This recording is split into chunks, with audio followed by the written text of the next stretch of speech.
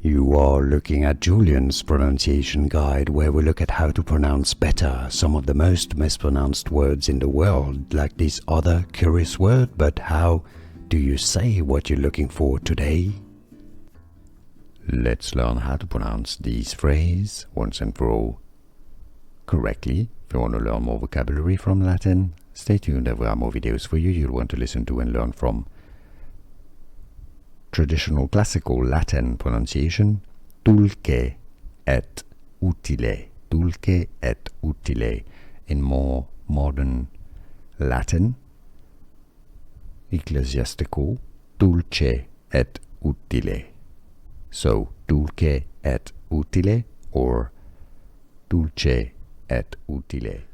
Here are more videos on how to pronounce more confusing words and names too many mispronounced. Like this video if you found it useful. I appreciate your support. I'll see you soon and thanks for watching.